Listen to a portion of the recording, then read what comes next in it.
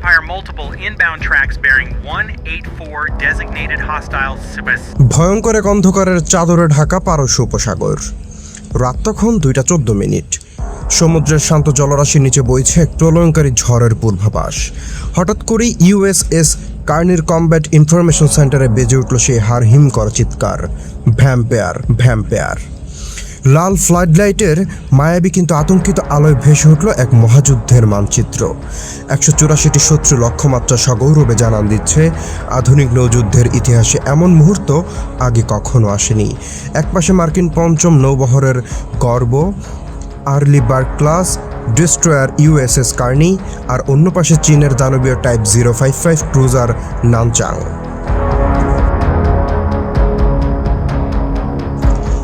এটি কোনো মহড়া নয় কোনো সাজানো নাটক।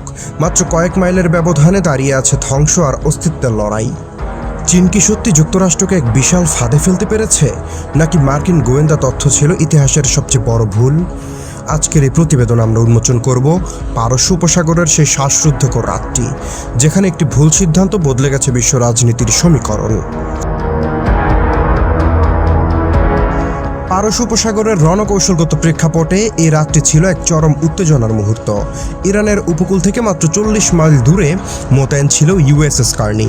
কয়েক ঘন্টা আগেই দুই শক্তির মধ্যে একটি নামমাত্র যুদ্ধবিরতি স্বাক্ষরিত হয়েছে, কিন্তু সমুদ্রের সেই ঢেউ শান্তির কোনো ছিটেফোঁটাও ছিল না। মার্কিন রাডারে ধরা পড়ে চীনা পতাকাবাহী এক বিশাল কার্গো জাহাজ জিন ইয়াং 2828।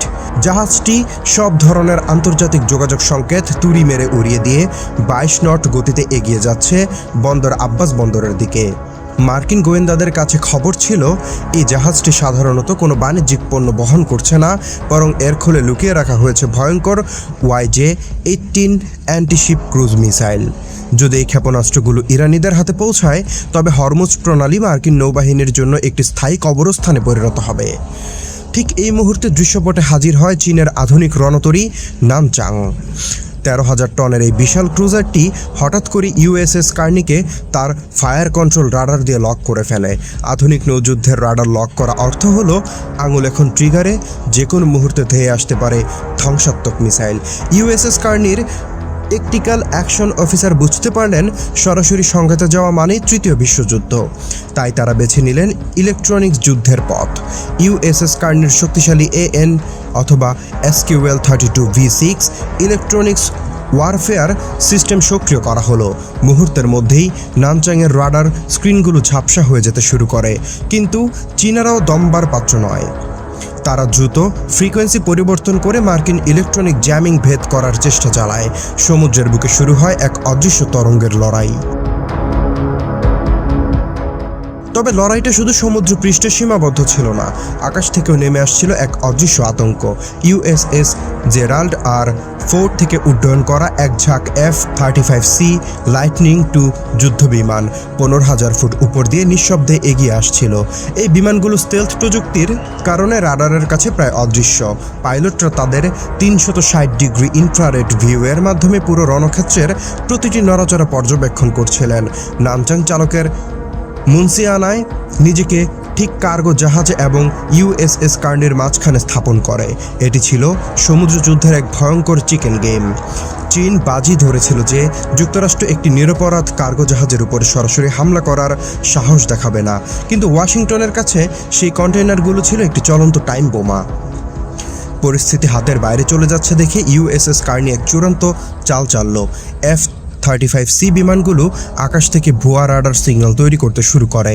নানচাংয়ের প্রতিরক্ষা ব্যবস্থায় মনে হতে থাকে যে একসাথে অন্তত 20টি মার্কিন জেট তাদের দিকে ধেয়ে আসছে। চীনা কমান্ডার যখনই কাল্পনিক হামলা ঠেকাতে ব্যস্ত, ঠিক তখনই ইউএসএস কার্নি থেকে গর্জে ওঠে SM-6 মিসাইলটি নানচাংয়ের পাশ কাটিয়ে আঘাত করে সরাসরি সেই বিতর্কিত কার্গো জাহাজ জিন হুয়াংকে। শব্দের চেয়ে কয়েক গুণ দ্রুত গতির এই মিসাইলের প্রচণ্ড আঘাতে মুহূর্তেই জাহাজটির রাডার এবং প্রোপেলার চূর্ণ বিচূর্ণ হয়ে যায়। দ্বিতীয় মিসাইলটি যখন ইঞ্জিন রুমে আঘাত হানে, তখন বিশাল জাহাজটি সমুদ্রের বুকে অচল হয়ে পড়ে। ঠিক একই সময় মার্কিন F-3 5C জেটগুলো নানচাংয়ের ঠিক উপর দিয়ে সুপারসনিক গতিতে উড়ে যায়। সেই গতির কারণে সৃষ্ট তীব্র শব্দ তরঙ্গ বা সনিক বুম চীনের গর্বের নানচাংয়ের ব্রিজের কাজগুলো গুঁড়িয়ে দেয়। এটি ছিল একটি কঠোর সতর্কবার্তা। এরপর হেলিকপ্টার থেকে নেমে আসে দক্ষ নেভি সিলস ও কোস্ট গার্ডের দল। তারা জাহাজে উঠে সশস্ত্র প্রতিরোধ দমন করে এবং দ্রুত কন্টেইনারগুলোর তালা ভাঙে। কিন্তু তালা খোলার পর পুরো কমান্ড সেন্টারে এক ভয়াবহ নিস্তব্ধতা নেমে আসে। যে কন্টেইনারে বিধ্বংসী ক্ষেপণাস্ত্র থাকার কথা ছিল সেখানে পাওয়া যায় কেবল মানবিক সহায়তার চিকিৎসা সামগ্রী এবং সাধারণ যন্ত্রাংশ। ইউএসএস কার্নির কমান্ডাররা বুঝতে পারেন তারা এক বিশাল ভূরাজনৈতিক ফাঁদে পা দিয়েছেন। ঠিক সেই মুহূর্তেই সোনার সিস্টেমে ধরা পড়ে আসল সত্য। বহুদূরে ইরানের একটি সাধারণ তেলের ট্যাঙ্কারে নিঃশব্দে ইরানের জলসীমার দিকে এগোচ্ছে। সেই ট্যাঙ্কারটি আসলে বহন করছিল সেই ভয়াবহ YJ-18 মিসাইলগুলো। জিন হুয়াং ছিল কেবল একটি প্রলোভন, একটি সুপরিকল্পিত টোপ। চীন এবং ইরান মিলে মার্কিন নৌবাহিনীকে বোকা বানিয়ে আসলো, চালটি পার করে দিয়েছে। ইউএসএস কার্নি সেই ট্যাঙ্কারের দিকে ধাওয়া করার চেষ্টা করলেও নানচাং আবার তাদের পথ আগলে দাঁড়ায়। শেষ পর্যন্ত সেই জাহাজটি নিরাপদে ইরানের জলসীমার ভেতরে ঢুকে পড়ে। ঘটনার মাত্র কয়েক ঘন্টার মধ্যেই চীন এই পুরো অভিযানের ভিডিও প্রকাশ করে দেয়।